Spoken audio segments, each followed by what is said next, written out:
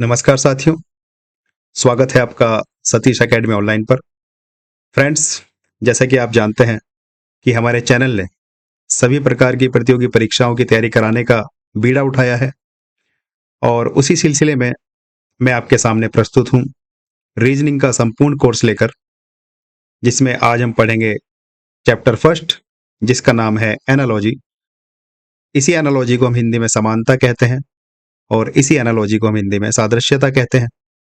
तो फ्रेंड्स, शुरू करने से पहले एक बार हम रीजनिंग के समस्त चैप्टर से रूबरू हो जाते हैं, जो कि आपकी स्क्रीन पर ये रहे।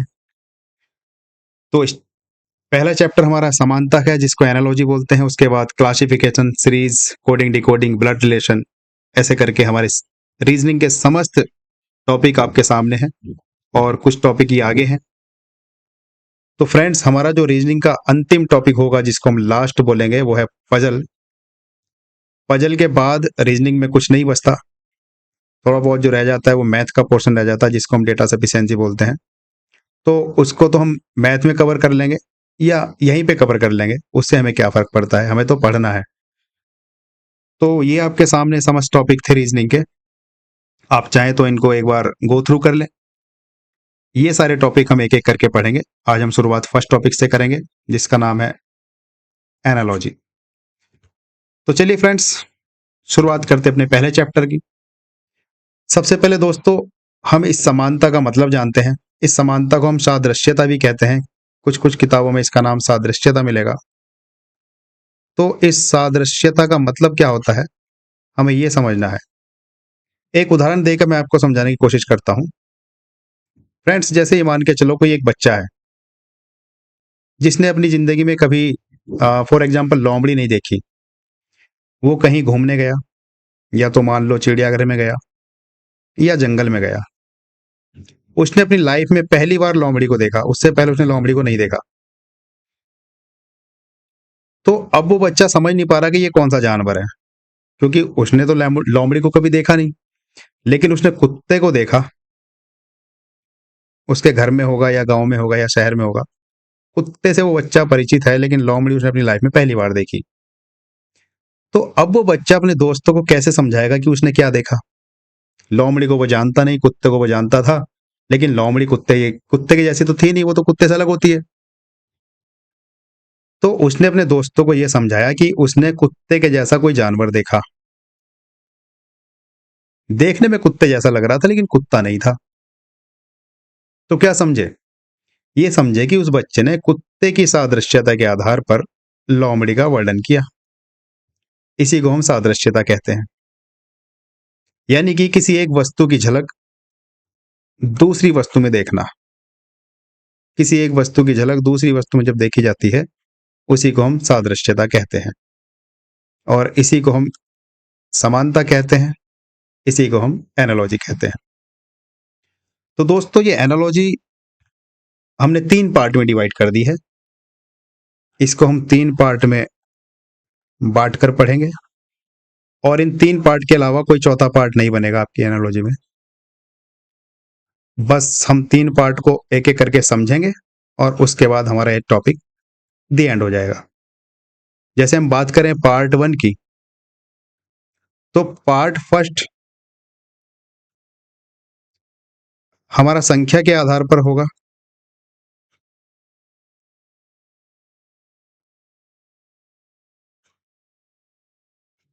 पार्ट सेकंड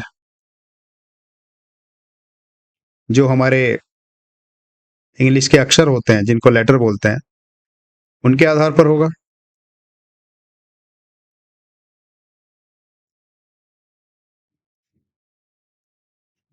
और पार्ट 3 जो कि इस एनालॉजी का अंतिम पार्ट होगा, वो शब्दों के आधार पर होगा।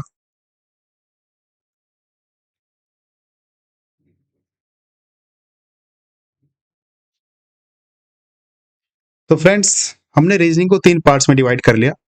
संख्या के आधार पर, अक्षर के आधार पर और शब्दों के आधार पर। बस इन तीनों पार्ट्स को हमें एक एक करके पढ़ना है और हमारा ये टॉपिक दी एंड हो जाएगा। शुरू करने से पहले मैं आपको एक बात बता देता हूं कि ऐसा कोई भी एग्जाम नहीं है जिसमें 3 से 4 प्रश्न इस एनालॉजी से ना पूछे जाते हों। इसलिए इस टॉपिक की इंपॉर्टेंस को देखते हुए मैंने इसी चैप्टर से शुरुआत करी है। और एक बात और मैं आपको बताना चाहता हूँ, जितने भी स्टूडेंट्स पढ़ रहे हैं वो अपने माइंड से ये बात निकाल दें कि ऑनलाइन पढ़ रहे हैं। वो बिल्कुल वैसे ही सोच के पढ़ें कि उनकी क्लास ऑफलाइन चल रही है, प्रॉपर कॉपी पेन लेकर बैठें और अपने अकॉर्डिंगली वो नोट्स बनाते चलें, क्योंकि कुछ इंपॉर्टेंट चीज़ें हम हर टॉपिक में बताएंगे, कुछ ट्रिक बताएंगे, कुछ कॉन्सेप्ट बताएंगे। तो ऐसा तो है नहीं कि आप कंप्यूटर हैं, एक बार जो आपने सुन लिया आपके दिमाग में फील्ड हो गया।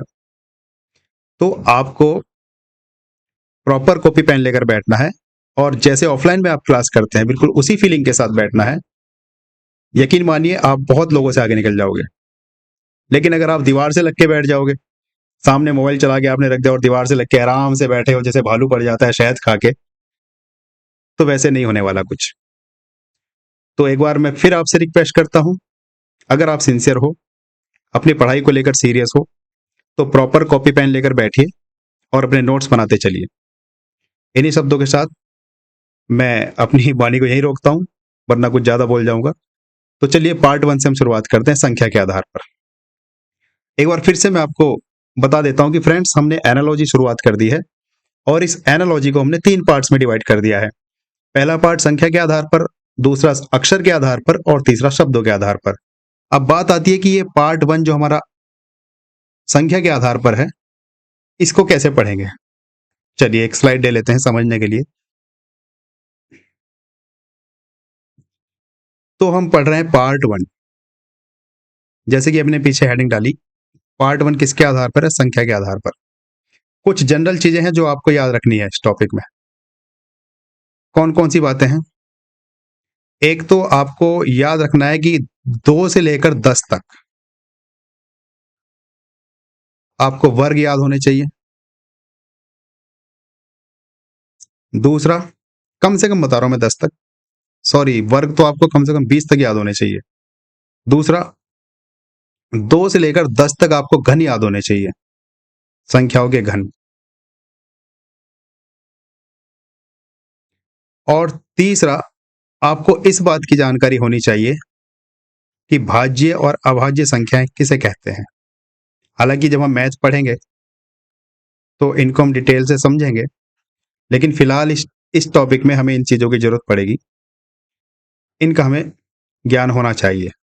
और एक बेसिक जो मैथमेटिकल ऑपरेशन होते हैं, जैसे कि भाग, जैसे गुणा, जैसे जोड़, जैसे घटाओ, इतना तो मैं मान के चलता हूं कि आप कॉम्पिटिटिव एग्जाम की तैयारी कर रहे हैं, 12th क्लास तक आपने पढ़ाई कर ली है या 12th में आप पढ़ रहे होंगे, तो आपको ये सब इतनी चीजें तो पता ही होगी। वर्ग क्या होता है ये आपको पता होगा, इतनी बातें मान के चलता हूं। पर बाई चांस अगर आपको नहीं पता, मान लो, तो 2 का वर्ग जैसे 2 की घात 2 करते हैं, तो इस 2 की घात 2 को हम 2 गुणा 2 लिखते हैं और 2 गुणा 2 होता है 4।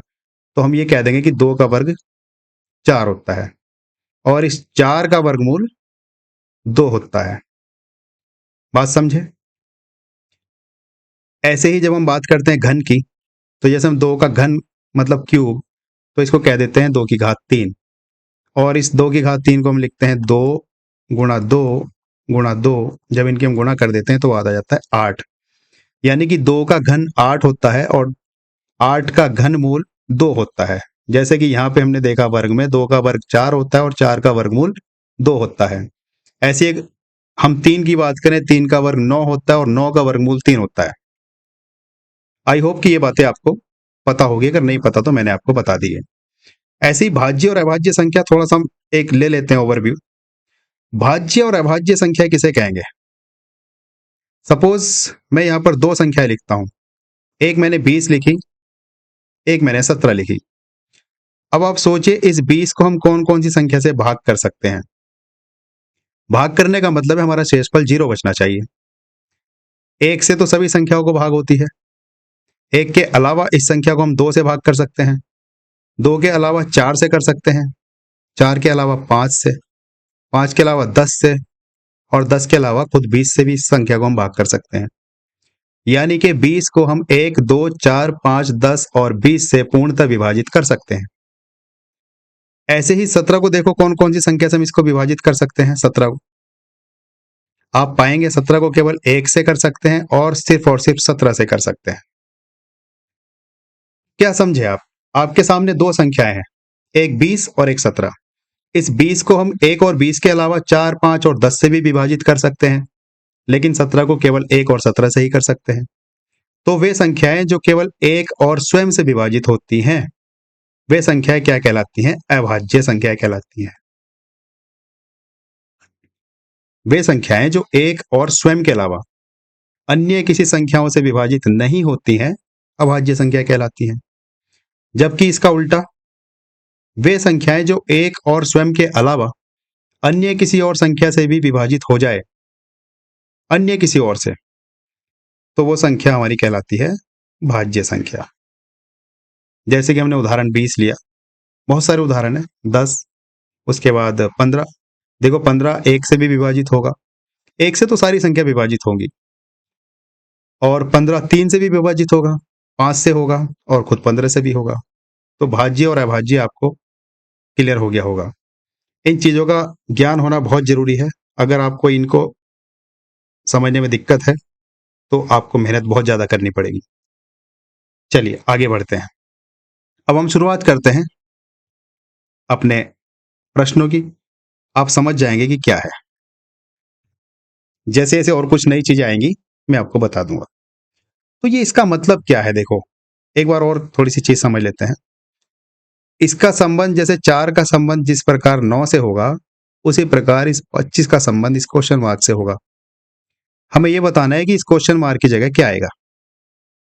हमें किसी तरीके से ये लॉजिक ढूंढना है कि ये आपस में इनका कुछ संबंध होगा 4 और 9 का, और जो संबंध 4 और 9 का होगा वही संबंध इन 25 का और इस क्वेश्चन मार्क का होगा। तो इस क्वेश्चन मार्क की जगह क्या आएगा वही हमें बताना है। आई होप आप समझ रहे होंगे।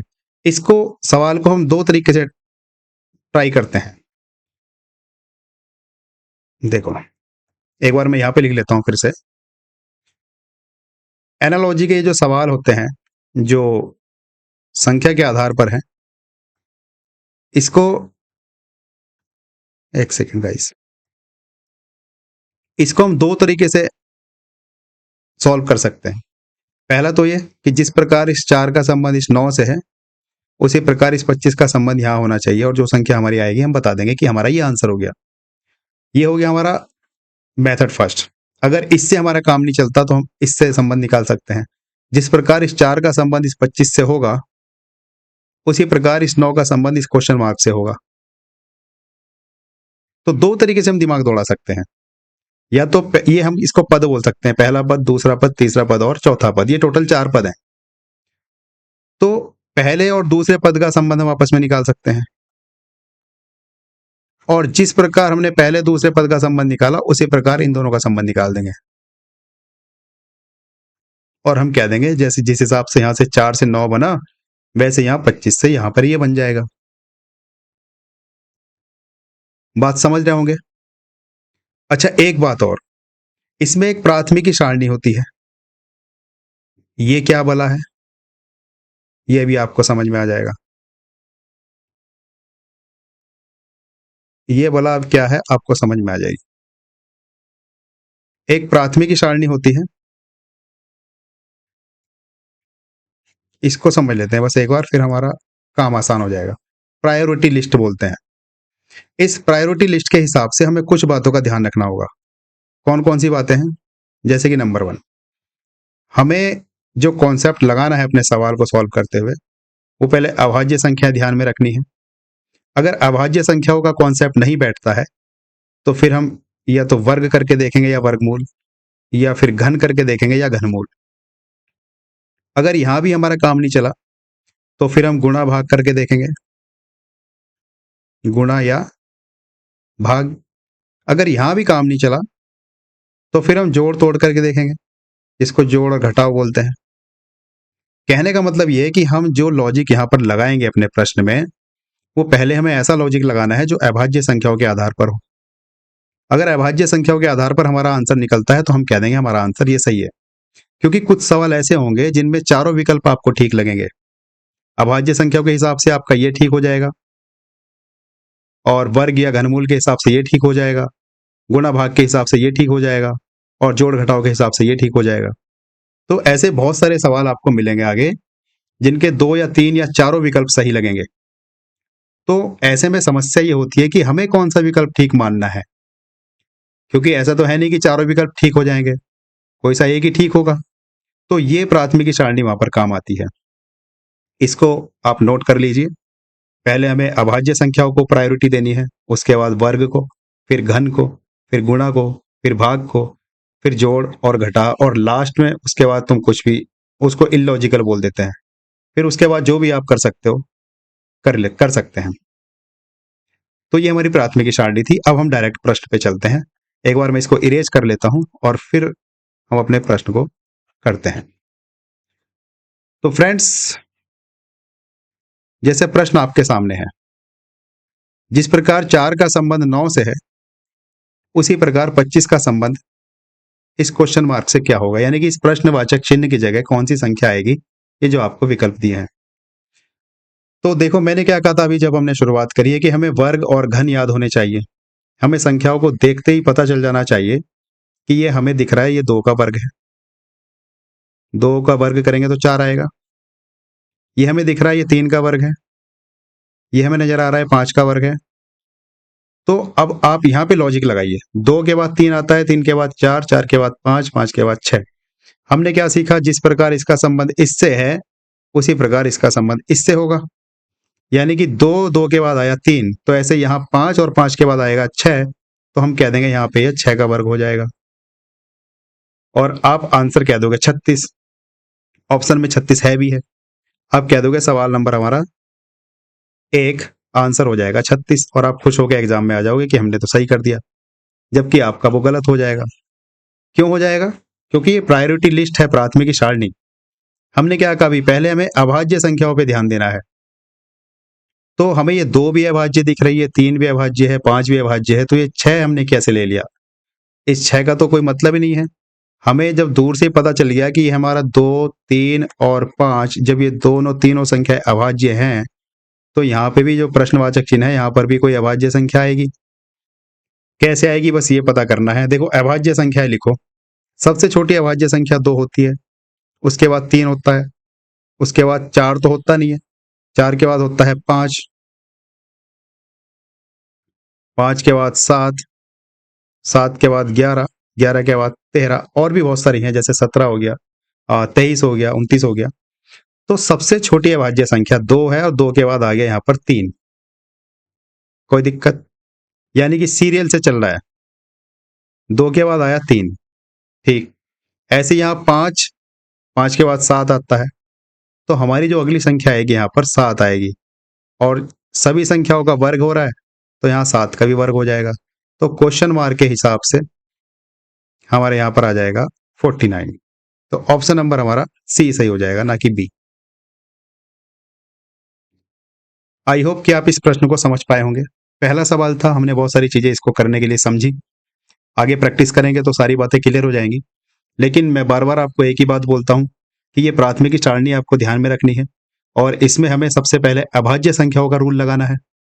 रूल क्या, कॉन्सेप्ट लगाना है। हमें किसी तरीके से ये सोचना है, ये समझना है कि क्या ये जो रिलेशन बनता है इनमें आपस में, वो अभाज्य संख्याओं के संबंध से तो नहीं बन रहा।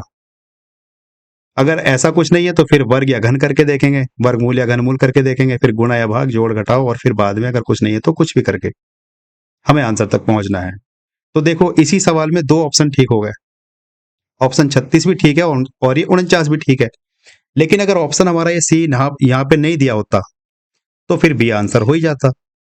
तो हमें प्रायोरिटी किस चीज की रखनी है? प्रायोरिटी हमें अभाज्य संख्या की रखनी है। इसलिए इस सवाल में हमारा आंसर हो जाएगा सी, 49। आई होप कि आप समझ गए होंगे। चलिए अगले सवाल पे चलते हैं। देखिए, सेम सवाल है। 4 का संबंध 9 से है, और 25 का संबंध इस क्वेश्चन मार्क से क्या होगा? तो वही जैसे हमने पीछे किया था, हमें ये दूर से दिख रहा है, ये 2 का वर्ग है। हमें ये दूर से दिख रहा है, ये 3 का वर्ग है। और ये भी हमें दूर से दिख रहा है कि ये 5 का वर्ग है। तो अभी हमने क्या सीखा, हमें अपनी प्रायोरिटी लिस्ट को ध्यान में रखना है। और ये हमें जैसी हमें ये वर्ग तो नजर आ गए, हमें ये संख्याएं भी सारी दूर से नजर आ रही कि सारी अभाज्य संख्याएं हैं।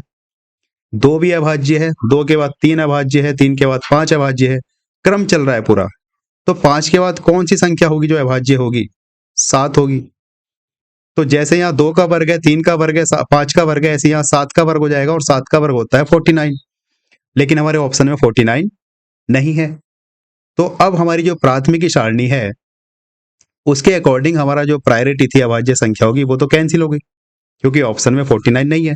अगर 49 होता तो हमारा वही आंसर था। अब 49 नहीं है तो फिर क्या होगा?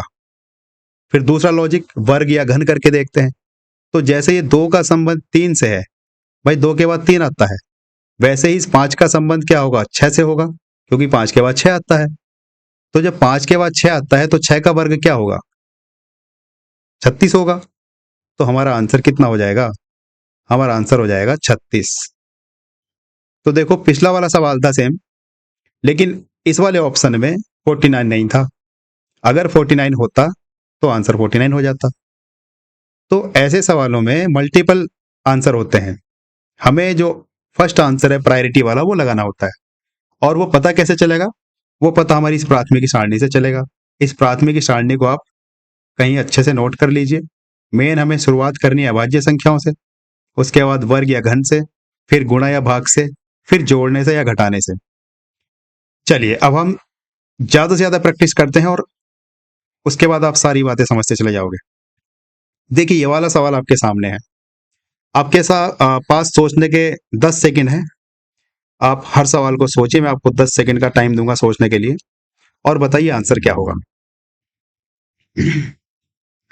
तो देखो मुझे देख के पता चल गया कि ये भाई अभाज्य संख्या चल रही है, 2 अभाज्य संख्या है। जिस प्रकार इस 2 का संबंध 5 से है उसी प्रकार इस 7 का संबंध इस क्वेश्चन मार्क से होगा, और हमें यही बताना है कि इस प्रश्नवाचक चिन्ह की जगह कौन सी संख्या आएगी। तो 2, 5 और 7, मुझे तीनों संख्याएं देखने से पता चल रहा है कि अभाज्य संख्या है। लेकिन क्या ये तीनों संख्याएं सीरियल से हैं? एक बार चेक कर लेते हैं। सबसे छोटी अभाज्य संख्या 2, उसके बाद 3, उसके बाद 5, उसके बाद 7, उसके बाद 11, उसके बाद 13, उसके बाद 19, और उसके बाद और भी बहुत सारी हैं, 23 है। तो देखो 2 सबसे छोटी अभाज्य संख्या है, 2 के बाद आना चाहिए 3, लेकिन हमारा जो पहला रिलेशन दिया है देखो 2 से डायरेक्ट 5 पे आ गया, यानी कि ये 3 को उसने छोड़ दिया। ऐसे ही अगली संख्या उसने शुरू करी 7 से, और 7 के बाद हमें भी एक संख्या छोड़नी है। भाई हमें बिल्कुल ऐसे ही चलना है जैसे यहाँ पे चले इस वाले उसमें। जिस प्रकार इस 2 का संबंध इस 5 से है उसी प्रकार इस 7 का संबंध हमें इस प्रश्नवाचक चिन्ह से बताना है। तो हमें दिख गया अभाज्य संख्याएं हैं, लेकिन बीच में जो 3 अभाज्य संख्या है वो छोड़ रखी है। तो ऐसे ही 7 के बाद अगली अभाज्य संख्या होती है 11, तो 11 को हमें छोड़ देना है। 11 के बाद अगली अभाज्य संख्या कौन सी होगी? 13। तो हमारा 13 राइट आंसर हो जाएगा। आई होप कि आप समझ गए होंगे। अगले प्रश्न पे चलते हैं। अगला प्रश्न आपके सामने है, सोचिए, आपके पास 10 मिनट है सोचने के लिए। आपको हिंट दे देता हूं, जिस प्रकार इस 25 का संबंध इस 37 से है उसी प्रकार इसका संबंध इससे क्या होगा, यानी कि इस क्वेश्चन मार्क की जगह क्या आएगा। सोचिए जरा।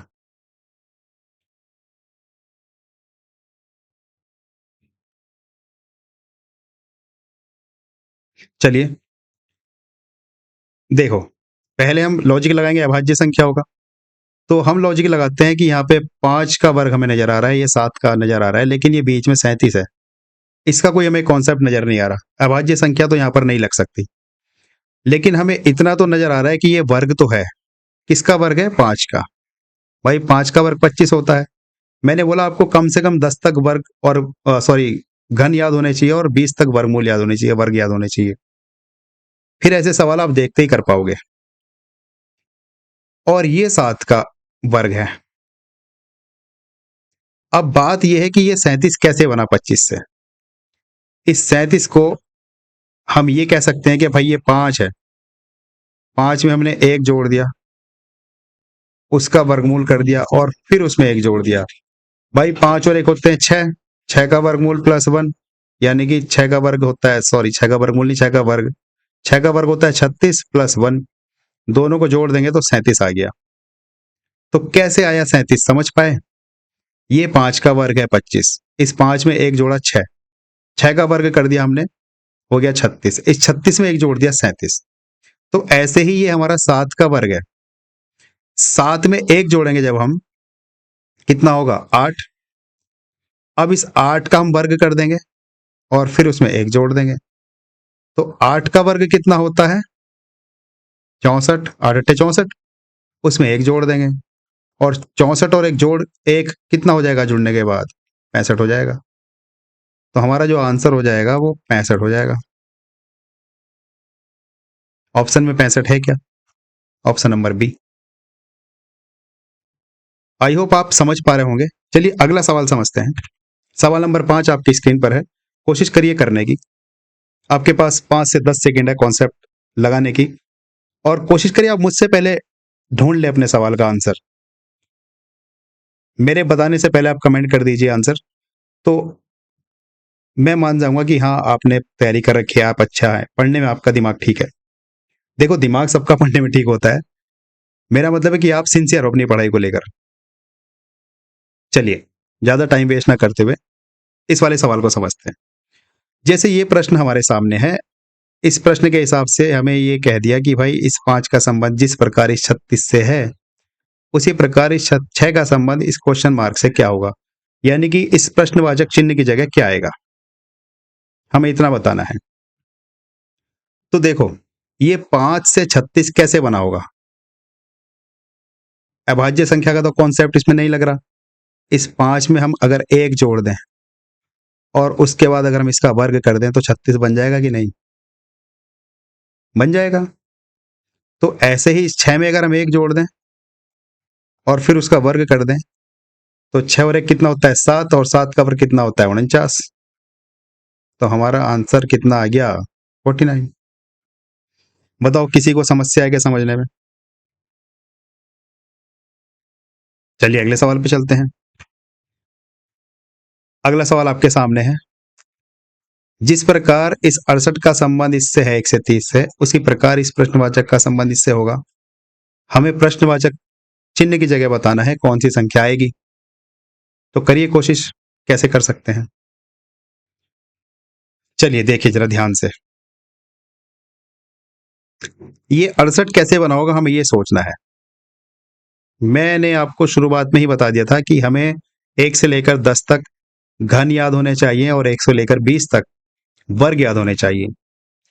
तो हमें सबसे पहले ये देखना है कि ये जो संख्याएं दे रखी है ये किसके वर्ग या घन के आसपास है।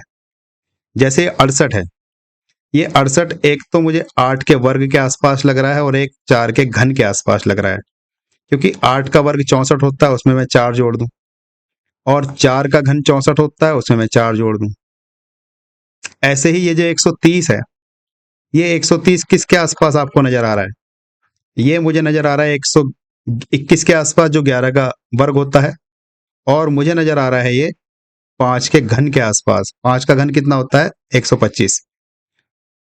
तो 125 प्लस अगर मैं 5 कर दूं, हाँ बिल्कुल ये वाला कॉन्सेप्ट हमारा लग गया। देखो भाई ये 68 कैसे बना होगा, ये 68 बना होगा 4 का घन करने से। ये 68 बना हमारा 4 का घन प्लस 4। ये 130 हमारा कैसे बना, ये 130 बना 5 का घन प्लस 5, 5 का घन प्लस 5। ऐसे ही देखो यहाँ तो क्वेश्चन मार्क है, तो यहाँ पे हम मान के चले ये 4 आ गया, यहाँ पे 6 हो सकता है। तो ये अगर ये 7 का घन प्लस 7 हुआ तो हमारी कंडीशन बिल्कुल ठीक जा रही है। तो ये जो 350 है इसको हम ये कह सकते हैं 7 का घन प्लस 7। देखो 4 का घन कितना होता है बताइएगा जरा, 64 प्लस 4 जुड़ के कितना आ गया 68। हमारा 68 बन गया, ठीक है। यही कॉन्सेप्ट हम यहां पर लगाएंगे। 5 का घन कितना होता है 125, 125 प्लस 5 कितने होते हैं 130। तो हमारा यहाँ भी कॉन्सेप्ट सही बैठ गया। इस क्वेश्चन मार्क की जगह हमने ये सोच लिया कि भाई ये 4 का घन प्लस 4 है, ये 5 का घन प्लस 5 है, तो ये 6 का घन प्लस 6 होगा, और अगर ये 6 का घन प्लस 6 है तो ये 7 का घन प्लस 7 होगा। तो एक बार इसको हम चेक कर लेते हैं। तो 7 का घन होता है 343 प्लस 7, और 343 प्लस 7 हम देखते हैं तो 350 होता है। यानी कि हमारी कंडीशन बिल्कुल ठीक बैठ गई। ये वाली जो संख्या है ये 4 का घन प्लस 4 है। ये जो 130 है ये 5 का घन प्लस 5 है। तो ये जो क्वेश्चन मार्क है, इस क्वेश्चन मार्क की जगह हमारा जो आंसर हो जाएगा, मैं फ्रेंड्स यहाँ पे थोड़ा सा नीचे लंबी लाइन करके लिख रहा हूँ। तो ये जो हमारा क्वेश्चन मार्क है, इस क्वेश्चन मार्क की जगह हम ये कह सकते हैं कि ये 6 का घन प्लस 6 हो जाएगा। तो 6 का घन कितना होता है? 216। आप करके देख लेना कॉपी पे। और 216 में जब हम 6 जोड़ेंगे तो हमारा आंसर हो जाएगा 222। Option number B. समझ पाए? ये मैंने सिर्फ आपको इतना डिटेल में समझाने के लिए लिखा। मैं चाहता हूं कि आप अपने ब्रेन का यूज करें, क्योंकि ज्यादा से ज्यादा हम जितना सोचेंगे उतना कॉन्सेप्ट तक, गहराई तक जाएंगे। अगर मैं डायरेक्ट आपको आंसर बता दूं वो ठीक नहीं है। मैं चाहता हूं कि ये कैसे हम सोच रहे हैं, कैसे आंसर तक पहुंच रहे हैं, आप भी अपना दिमाग दौड़ाएं। चलिए अगला सवाल है। अगर कुछ समझ में नहीं आया हो तो आप, वीडियो है, टेक्नोलॉजी है, उसका फायदा उठाइए, दोबारा देखिए, तीसरी बार देखिए, पॉज करके देखिए, पीछे करके देखिए, स्लो मोशन में देख लीजिए। अगर आपको मेरी वीडियो स्लो लग रही तो फास्ट कर लीजिए। टेक्नोलॉजी है, टेक्नोलॉजी का फायदा उठाइए। तो अगले क्वेश्चन पे चलते हैं। Question number 7। क्वेश्चन नंबर 7 क्या कह रहा है कि भाई ये 48 है और ये 122 है और फिर ये 168 है और यहां हमें बताना है क्वेश्चन मार्क की जगह क्या आएगा। तो हमें वैसे ही दिमाग दौड़ाना है कि जिस प्रकार 48 का संबंध इस 122 से है, उसी प्रकार इस 168 का संबंध इससे क्या होगा। तो देखो, अभाज्य संख्या होगा तो कॉन्सेप्ट यहां पर नहीं लग रहा। यहां पे वर्ग या घन का कुछ मुझे नजर आ रहा है, सॉरी, क्योंकि ये 49 के आसपास है और 49 किसका वर्ग होता है? 7 का। ये 122 के आसपास है और 122 से पहले आता है 121 जो कि 11 का वर्ग होता है। और ये जो 168 है तुम्हारा, ये 168 आई थिंक 13 का वर्ग होता है, 169, उसका एक कम लग रहा है। हाँ, वेरी गुड, हम कॉन्सेप्ट पे पहुंच गए। देखो ये जो 48 है, ये 48 कैसे बना होगा? ये 48 बना है 7 का वर्ग माइनस 1, ठीक। और ये जो तुम्हारा 122 है, ये कैसे बना होगा? ये बना होगा 11 का वर्ग प्लस 1, क्योंकि 11 का वर्ग होता है 121, उसमें एक जोड़ेंगे 122 आ जाएगा। ये जो 168 है, ये बना होगा 13 का वर्ग, 13 का वर्ग होता है 169 और ये एक कम है माइनस 1। तो ये जो क्वेश्चन मार्क है, देखो यहां हमने शुरू में माइनस करा, फिर प्लस करा, माइनस करा, तो यहां हम प्लस करेंगे। बात समझे कि नहीं समझे भाई? देखो इसका संबंध इससे निकाला हमने तो इसमें माइनस हुआ, इसमें प्लस हुआ। अब इसका संबंध इसमें निकाल रहे हैं 168 का, तो 168 में माइनस हुआ, इसमें प्लस होगा। अब बात यह कि माइनस प्लस होगा किसमें? जरा देखो, हमारी प्राथमिक सारणी याद करो। ये 7 का वर्ग है, ये 11 का वर्ग है, ये 13 का वर्ग है, ये 7 11 13 कुछ आया समझ में देखने के बाद? 7 11 13 कुछ हिंट मिल रहा है मैं क्या कहना चाहता हूं? ये हमारी अभाज्य संख्याएं हैं। देखो 7 अभाज्य संख्या है, 11 अभाज्य संख्या है, 13 भी अभाज्य संख्या है।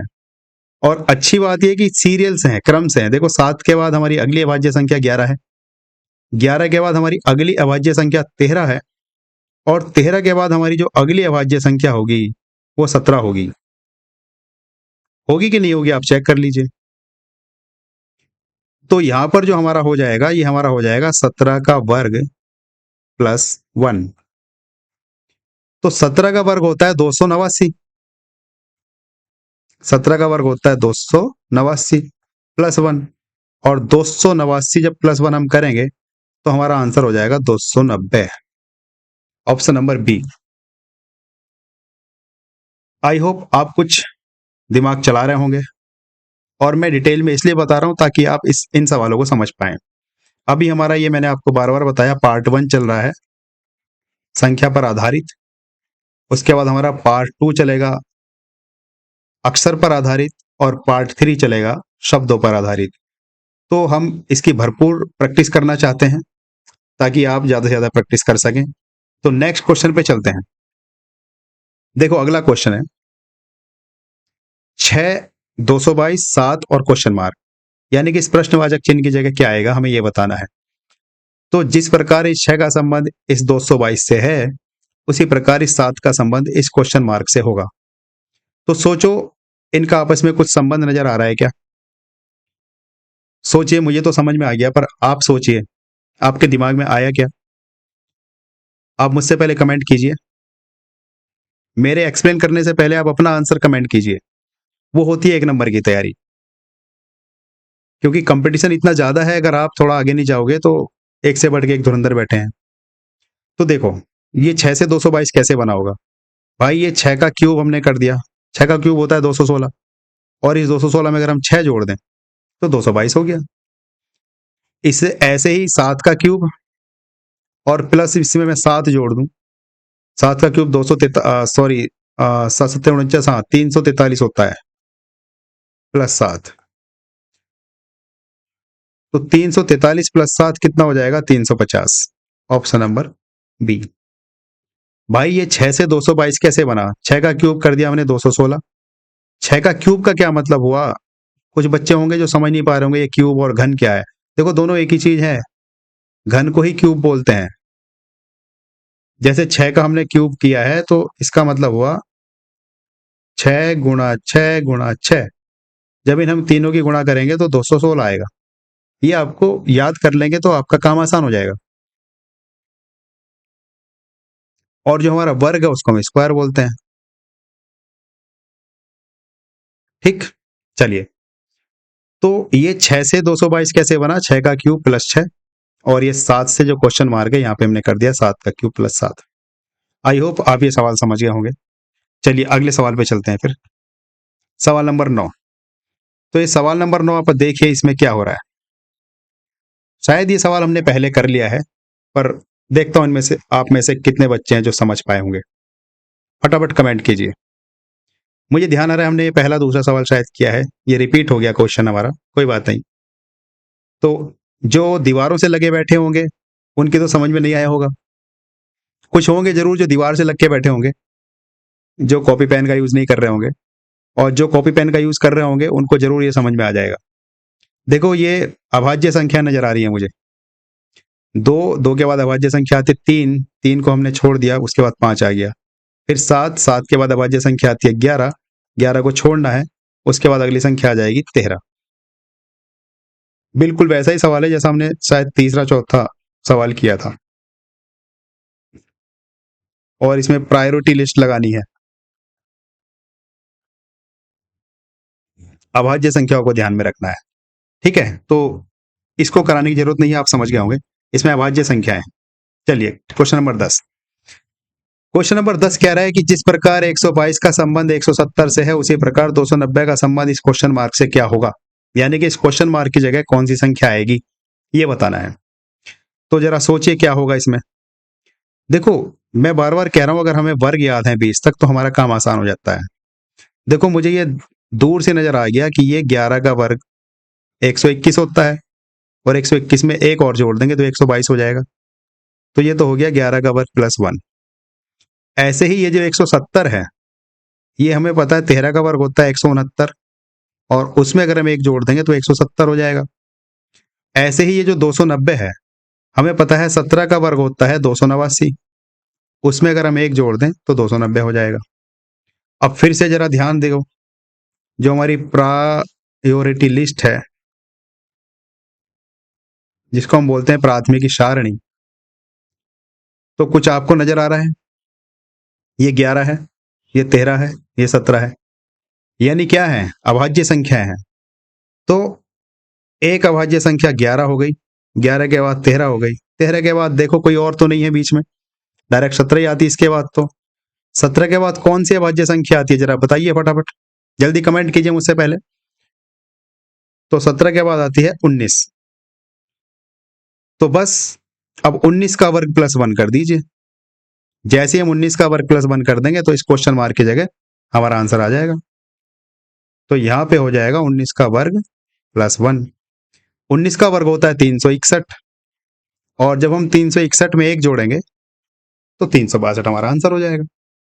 बताइए किसको समझ में नहीं आए? अगर आपको वर्ग याद है 20 तक, और अगर आपको घन याद है 10 तक, तो आपका काम आसान हो जाएगा, फिर कुछ नहीं है इन सवालों में। चलिए अगले सवाल पे चलते हैं। अगला सवाल देखिए, 5, 21, 7 और क्वेश्चन मार्क। जिस प्रकार 5 का संबंध 21 से है, उसी प्रकार 7 का संबंध क्वेश्चन मार्क से क्या होगा, आपको ये बताना है। तो जरा सोचिए, ये 5 से 21 कैसे बना होगा, और जैसे ये 5 से 21 बना होगा वैसे ही 7 से ये वाली संख्या बन जाएगी। तो देखो, इस 21 को मैं अगर लॉजिक लगाऊं तो ऐसे हो सकता है कि इसको मैं ये 5 का वर्ग कह सकता हूं। 5 का वर्ग होता है 25, और ये 21 है, तो 25 में से कितना घटा होगा, 4 घटा होगा, यानी कि 5 से 1 कम। वैसे ही अगर मैं 7 का वर्ग करूं और 7 से 1 कम कितना होता है, 6, उसमें से 6 घटा दूं तो कितना आएगा बताओ। 7 का वर्ग होता है 79, और उसमें मैं अगर 6 घटाता हूं तो 43। सॉरी, 7 का वर्ग 49 होता है, मैंने 79 बोल दिया, तो 43 आंसर हो जाएगा, आई थिंक सो। ऑप्शन में है, बिल्कुल ऑप्शन नंबर सी हमारा आंसर हो गया। हमें किसी भी तरीके से आंसर तक पहुंचने की कोशिश करनी है, और ये दिमाग लगाना है कि ये आपस में किस प्रकार से संबंधित हैं, उसी प्रकार से ये संबंधित होंगे। जिस प्रकार शुरू के दोनों पद संबंधित हैं, उसी प्रकार ये अंतिम 2 पद संबंधित होंगे। तो देखो, 5 का यूज करके हमने 21 को बना लिया। हमने 5 का वर्ग करा और 5 के वर्ग में से 4 घटा दिया, 21 आ गया। ऐसे ही इस 7 का यूज करके हमने ये वाली संख्या बना ली। हमने 7 का वर्ग करा और 7 में से 6 घटा दिया, क्योंकि यहां से 5 इसमें से 4 घटाया, 5 से 1 कम, तो यहाँ 7 से 1 कम 6 घटा दिया, और हमारी संख्या आ गई 43। चलिए अगले सवाल पे चलते हैं। आपके पास 10 सेकंड है सोचने के लिए और करने के लिए, फटाफट कीजिए। सवाल नंबर 12, बताइए फटाफट, कौन बताएगा? कमेंट कीजिए फटाफट, मेरे करने से पहले आपका आंसर कमेंट आ जाना चाहिए। चलिए, जिन्होंने करना था वो कर लिए होंगे। तो अभी जो हमने पिछला वाला सवाल करा, बिल्कुल उसी कॉन्सेप्ट पे मुझे ये सवाल नजर आ रहा है। जिस प्रकार इस 6 का संबंध इससे है 31 से, उसी प्रकार इस 8 का संबंध इससे निकालना है। 6 का यूज करके हमें ये 31 बनाना है। कैसे बनेगा बताओ? अभी जैसे बिल्कुल पिछला सवाल करा था, सेम टू सेम। भाई ये 31, 6 का वर्ग कर दिया हमने, 36 होता है, और 36 में से हमने 5 घटा दिया, 31 बन जाएगा। 6 का वर्ग -5, यानी कि 36 - 5 31 होता है। ऐसे ये जो क्वेश्चन मार्क है, ये कैसे यहाँ पर क्या आएगा, इस 8 का यूज करते हुए, तो 8 का वर्ग, 8 से 1 कम क्या होता है, 7, यानी कि 8 का वर्ग -7। 8 का वर्ग कितना होता है, 64। 64 में से 7 घटाएंगे तो कितना बचेगा, बताइए फटाफट। ये भी नहीं बताना आपको, दीवार से लगे बैठे होंगे पक्का कुछ लोग। भाई दीवारों से हटो, फटाफट बताइए, 64 में से 7 घटेगा, कितना बचेगा? Option number C. ठीक है, आई थिंक आपको बात क्लियर हो गई होगी।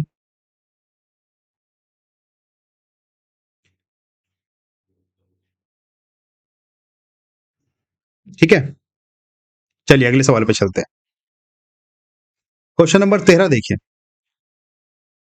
इसमें क्वेश्चन मार्क शुरू में दे दिया, कोई दिक्कत नहीं है, तो हम यहां का संबंध इसमें देख लें पहले। इसका संबंध इससे बताओ, फिर इसका इससे बता देंगे। तो ये 210 से और ये 380 में कुछ आपको नजर आ रहा है क्या? 210 से 380 कैसे बना होगा, अगर हम ये सोच लें तो? फटाफट सोचिए।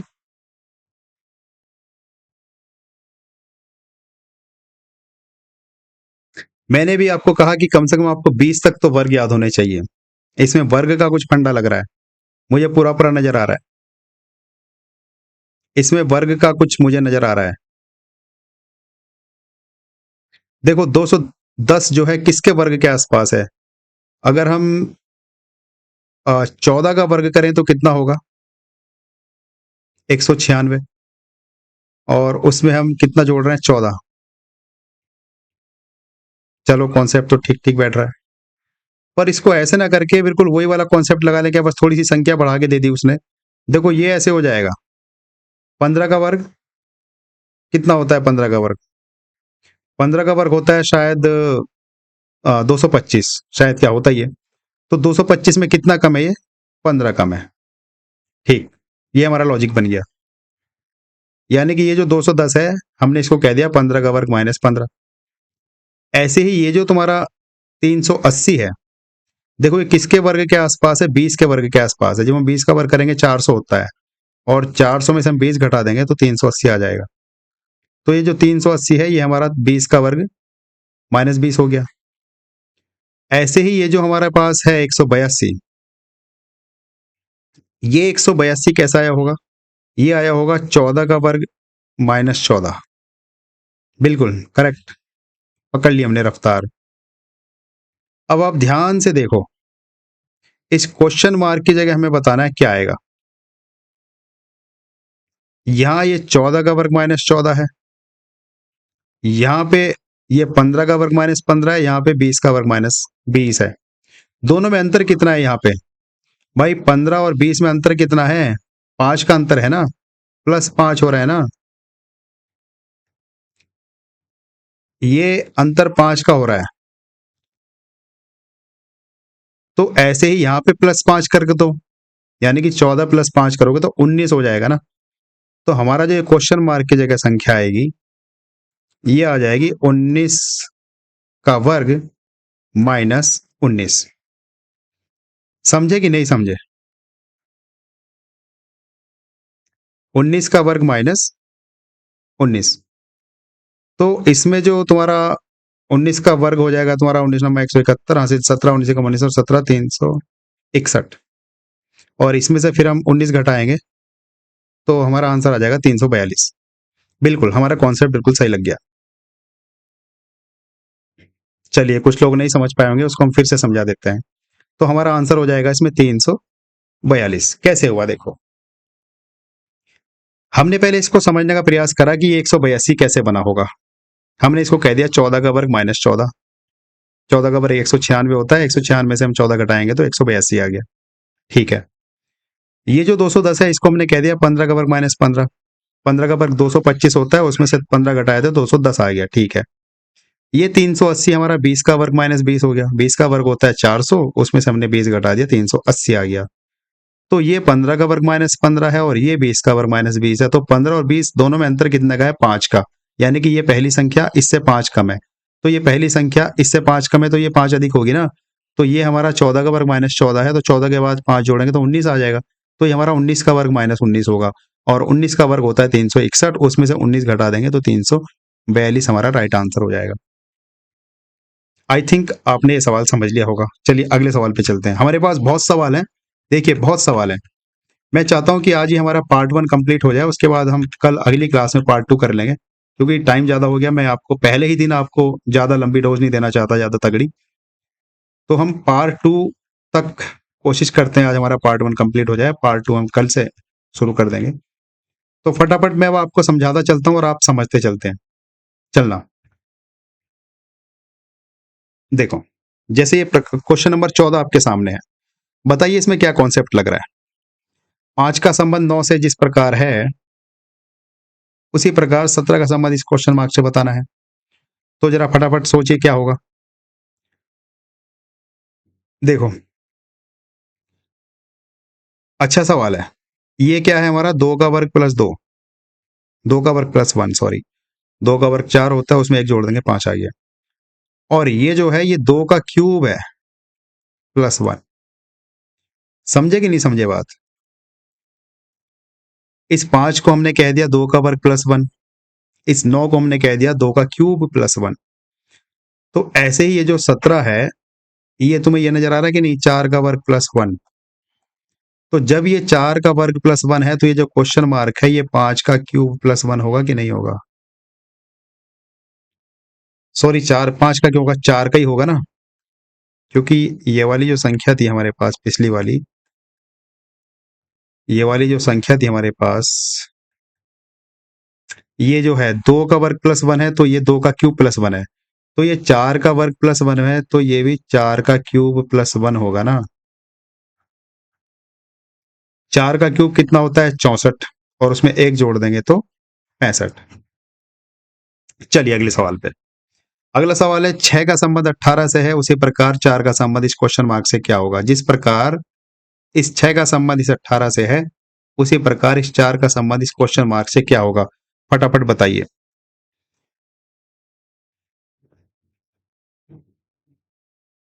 फटाफट फटाफट फटाफट, दीवारों से लगने वाले जरा एक्टिव हो जाइए थोड़े से। कुछ बच्चे होंगे जरूर जो या तो लेट गए होंगे या दीवारों से लग के बैठ गए होंगे। देखो इस सवाल में क्या करना है, इस 6 से 18 कैसे बनेगा जरा सोचो। इसका वर्ग करो तो जरा 6 का। 6 का वर्ग कितना होता है? 36। और ये 18 है, यानी कि आधा कर दो इसका। बस हो गया काम हमारा। इस 6 का यूज करके हमने 18 बना दिया, यानी कि 6 का वर्ग कर दिया, उसका आधा कर दिया 18। ऐसे ही इस 4 का वर्ग कर दो। इस 4 का वर्ग होता है 16 और उसका आधा कर दो। तो 4 का वर्ग और आधा करेंगे तो कितना आ जाएगा? 8। Option number C. चलिए अगले सवाल पे चलते हैं। क्वेश्चन नंबर हमारे पास है नेक्स्ट 16। तो इसको अब आप कर सकते हो वैसे। चलिए कोशिश करिए करने की। मैं बार बार कह रहा हूं, जो दीवार से लगे बैठे हैं वो जरा हट जाइए, फटाफट कमेंट कीजिए मुझसे पहले। आपको बताना है कि ये 7 का संबंध इससे 17 से जिस प्रकार है, उसी प्रकार इस क्वेश्चन मार्क का संबंध इससे क्या होगा। अभाज्य संख्या है तो मुझे नजर नहीं आ रही क्योंकि 50 आ गया। वर्ग या घन का कुछ यूज करके हमें इनमें आपस में संबंध निकालना है, तो जरा निकालिए फटाफट, जल्दी जल्दी जल्दी जल्दी। देखो ये 2 का क्यूब प्लस -1 है कि नहीं है? भाई 2 का क्यूब होता है 8, उसमें से 1 घटा दिया 7 हो गया। लेकिन ये जो है ये 4 का स्क्वायर प्लस 1 है। 2 के बाद आया 4, तो इसको देखो ये किसका स्क्वायर प्लस 1 है? ये 7 का स्क्वायर प्लस 1 है। भाई 2 के बाद 4 आता है, 2 का डिफरेंस है कि नहीं है? तो यहां पे भी 2 का डिफरेंस होना चाहिए कि नहीं? इस क्वेश्चन मार्क में और इस 50 में 2 का डिफरेंस होना चाहिए, क्योंकि ये जो 7 है ये 2 का क्यूब -1 है। ये 17 जो है ये 4 का स्क्वायर प्लस 1 है। तो ये जो क्वेश्चन मार्क होगा, भाई 7 से 2 कम करो 5, तो ये हमारा 5 का क्यूब -1 होगा, क्योंकि ये 2 का क्यूब -1 है, यहाँ माइनस किया, यहाँ प्लस किया, तो यहाँ भी तो क्वेश्चन मार्क में माइनस करेंगे, यहाँ प्लस हो रहा है। तो 5 का क्यूब कितना होता है? 5 का क्यूब होता है 125, और उसमें से जब हम 1 घटा देंगे तो 124।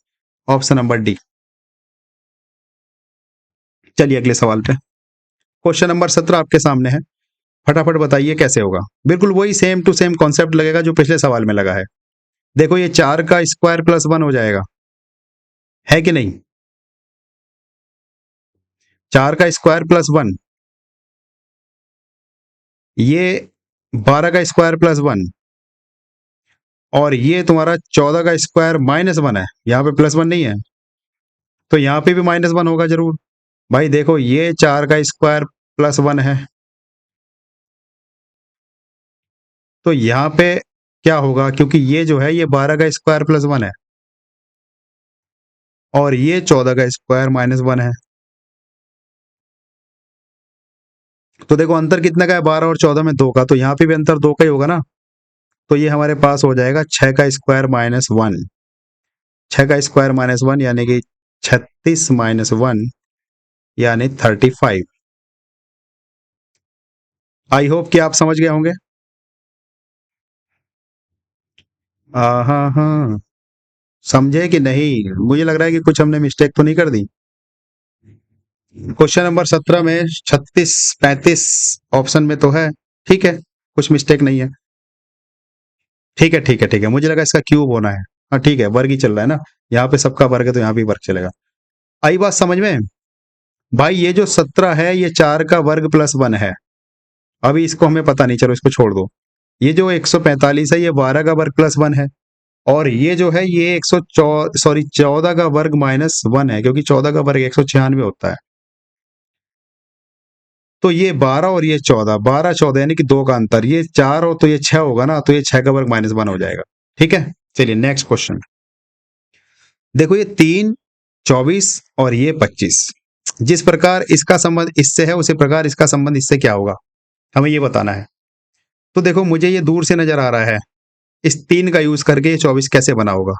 हमने कह दिया 3 का क्यूब -3, क्योंकि 3 का क्यूब होता है 27, और 27 में जब हम 3 घटा देंगे तो कितना आ जाएगा? 24। बात समझे कि नहीं समझे? ऐसे ही इस 5 का यूज करके हम यहाँ पे पहुंच जाएंगे, तो इसको हम कह देंगे 5 का क्यूब -5। 5 का क्यूब होता है 125 -5, तो हमारे पास जो आंसर आ जाएगा वो कितना आ जाएगा, जब 125 में से हम 5 घटा देंगे तो 120। Option number D. I think आप समझ गए होंगे सवाल को। चलिए अगले सवाल पे चलते हैं फिर। क्वेश्चन नंबर आपका नेक्स्ट जो भी नंबर है, ठीक है, इसमें कुछ आपको नजर आ रहा है, ये भी मुझे किसी वर्ग के आसपास लग रहा है। देखो ये 4 का वर्ग प्लस 4 है, ये 5 का वर्ग प्लस 5 है, 4 के बाद कितना आ गया 5, यानी कि 1 का अंतर। ये 10 का वर्ग प्लस 10 है, तो 10 के बाद क्या आता है 11, तो ये 11 का वर्ग प्लस 11 हो जाएगा आंसर हमारा, 11 का वर्ग प्लस 11। तो बताइए फटाफट, जोड़ के दीवार से लगे जो बैठे हैं वो बताएंगे फटाफट, 11 का वर्ग प्लस 11 कितना होगा,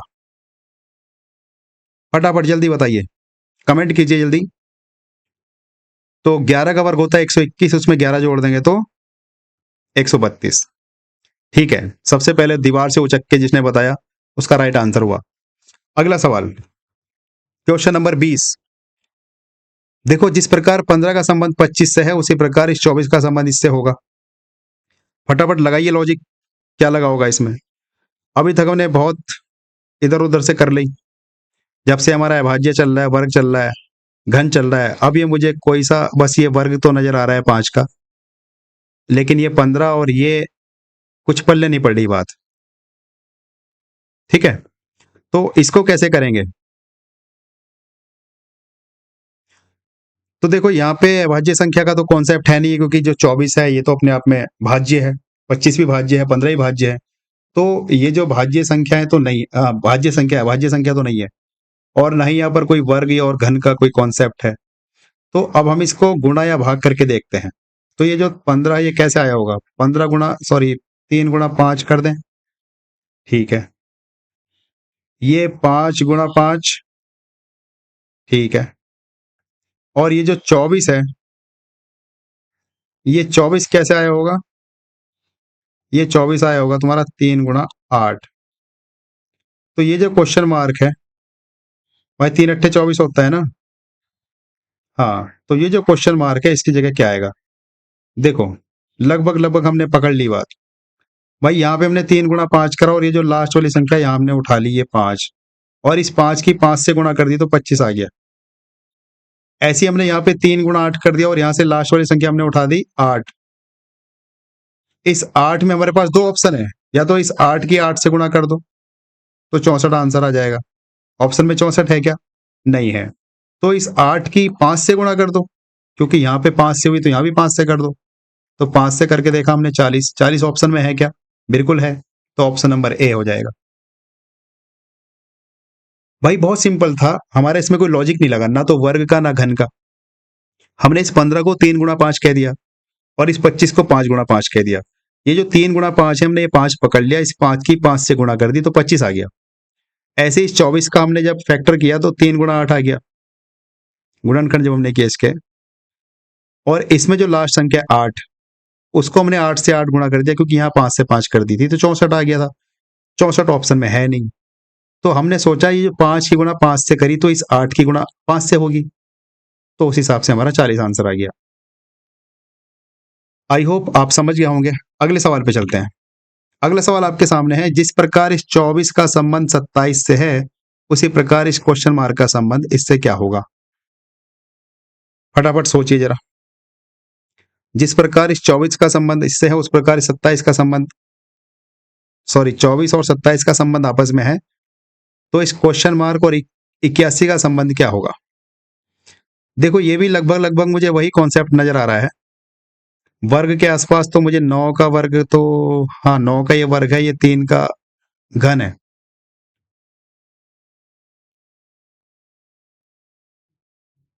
तो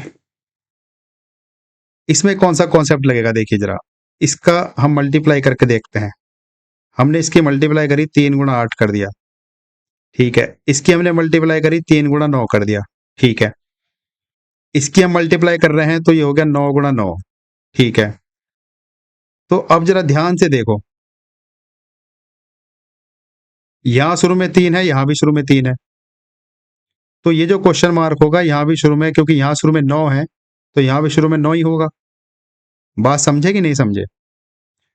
भाई जिस प्रकार इसका संबंध इससे है उसी प्रकार इसका संबंध इससे होगा। तो यहां शुरू में हमारे पास गुणा में 3 है, तो यहां भी शुरू में गुणा में 3 है। ऐसे ही यहाँ 81 में गुणा में शुरू में 9 है, तो ये जो क्वेश्चन मार्क है इसकी गुणा में शुरू में 9 होगा। बात करते हैं कि यहाँ गुणा में कौन सी संख्या होगी। यहाँ पे गुणा में 9 है, 9 से एक कम कितना होता है 8, क्योंकि यहाँ भी गुणा में 8 था। तो 9 अट्ठे कितने होते हैं 72। बिल्कुल हमारा आंसर आ गया। तो आपको मैं यही समझाना चाहता हूं कि हमें शुरुआत करनी थी अभाज्य संख्याओं से, उसके बाद वर्ग या घनमूल से, उसके बाद जब हमारा कोई कॉन्सेप्ट ना तो वर्ग का लगता है ना घन का लगता है, तब हम गुणा भाग पे आ जाते हैं। गुणा भाग से भी नहीं लगेगा तो जोड़ घटा पे आ जाएंगे, और अगर उससे भी नहीं लगा तो फिर रैंडमली कुछ करके देखेंगे। तो ये जो प्राथमिक सारणी है इसको हमेशा ध्यान में रखना है। चलिए अगले सवाल पे, क्वेश्चन नंबर 22। जिस प्रकार 42 का संबंध 56 से है, उसी प्रकार इस 72 का संबंध इस क्वेश्चन मार्क से कितना होगा। तो जरा ध्यान से देखो, वही जो पिछला कॉन्सेप्ट हमने किया था सेम टू सेम मुझे वही कॉन्सेप्ट नजर आ रहा है इसमें भी। भाई इस 42 के हम जब टुकड़े करेंगे तो बताओ क्या होगा, इसका होगा 6 गुणा 7, 6 सत्ते 42 होता है। अब इसका जब हम करेंगे तो 7 अट्ठे 56 होता है, इसका करो तो 8 नम 72 होता है। अब देखो कुछ समझ में आया आपकी, 6 गुणा 7, 7 गुणा 8, 8 गुणा 9, तो ये 9 गुणा 10 होगा कि नहीं। एक सीरीज बन गई कि नहीं बनी। भाई 6 गुणा 7, यहाँ से 7 पकड़ लिया, 7 गुणा 8, यहाँ से 8 पकड़ लिया, 8 गुणा 9, यहाँ से 9 पकड़ लो, 9 गुणा 10, 90 आंसर हो गया। बात क्लियर हो गई होगी। चलिए अगला क्वेश्चन देखते हैं हम, क्वेश्चन नंबर 23। जिस प्रकार 25 का संबंध इस 19 से है उसी प्रकार इस 36 का संबंध इससे क्या होगा। फटाफट बताइए। देखो ये मुझे नजर आ रहा है कि ये 5 का वर्ग है, ये मुझे नजर आ रहा है ये 6 का वर्ग है, समझ रहे हो। तो ये 5 का वर्ग है और ये 6 का वर्ग है, इनका तो कोई आपस में लॉजिक मुझे नजर नहीं आ रहा। लेकिन ये 19 कैसे बना होगा ये सोचो।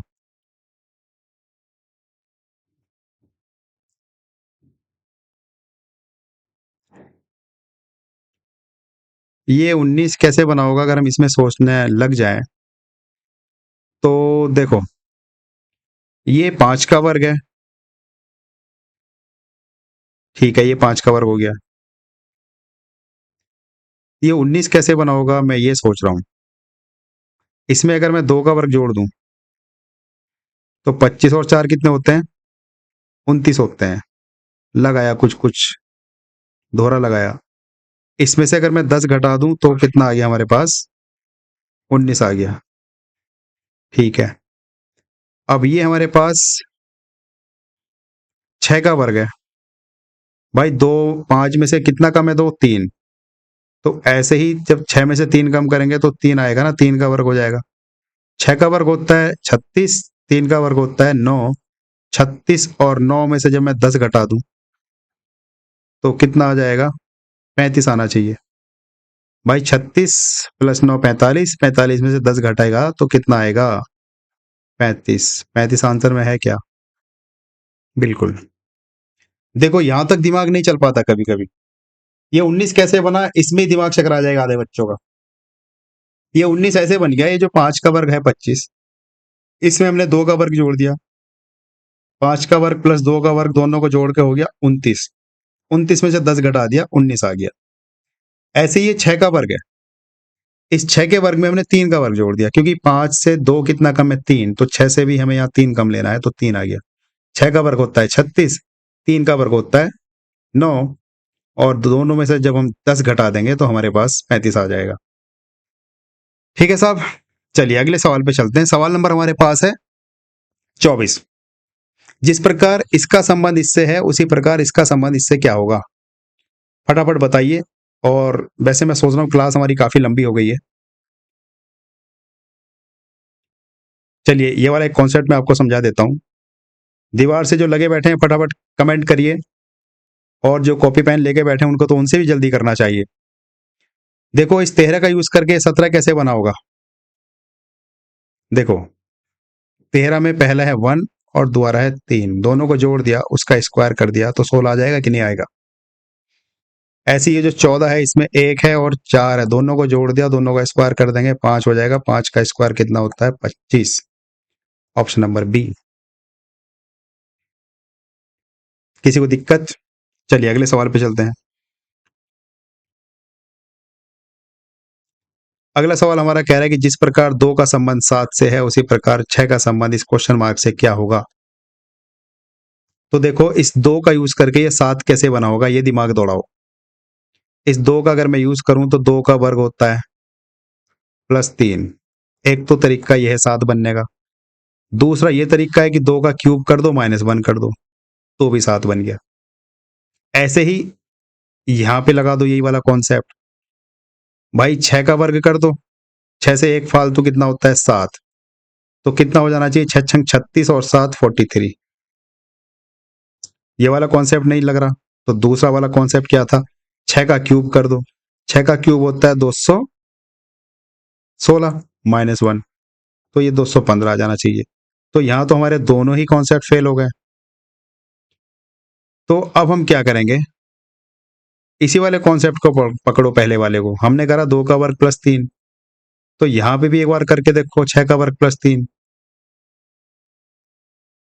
देखो 6 का वर्ग होता है 36, 36 में 3 जोड़ेंगे तो 39। बिल्कुल हमारा आंसर आ गया 39। आई होप आप समझ गए होंगे। चलिए अगला सवाल। इसको बताइए जरा, ये कौन कर पाएगा इसको? इसको तो दीवार से लगने वाले तो सपने में भी ना कर पाए। जो कॉपी पेन लेके बैठे हैं शायद वो कर सकें। तो बताइए जरा, जिस प्रकार 0 का संबंध 2 से है उसी प्रकार इस 6 का संबंध इससे क्या होगा? फटाफट सोचिए। Question number 26।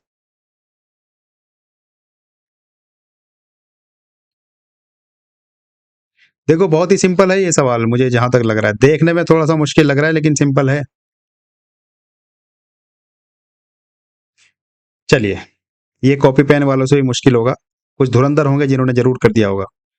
देखो ये हो जाएगा, 0 कैसा आया होगा ये सोचो। इसकी कई सारी कंडीशन है आने की। 1 का वर्ग -1 कर दें, 0 आ जाएगा।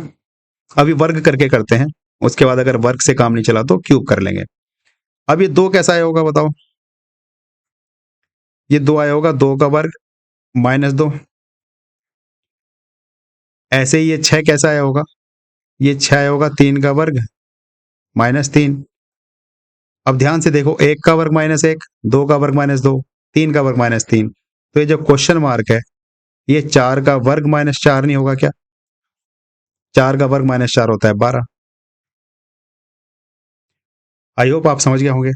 चलिए अगला सवाल। इसमें भी सेम सेम लॉजिक है, ये आपके लिए HW है, आप करने का इसको प्रयास कीजिए। अगले सवाल पे चलते हैं। सवाल नंबर 28। जिस प्रकार इस 2 का संबंध 6 से है उसी प्रकार इस 12 का संबंध इससे क्या होगा? फटाफट कीजिए जरा, कैसे होगा बताइए। तो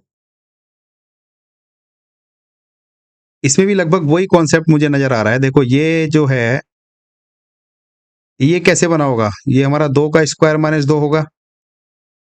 ये जो 6 है ये हमारा 3 का स्क्वायर -3 होगा। ये जो 12 है ये हमारा 4 का स्क्वायर -4 होगा।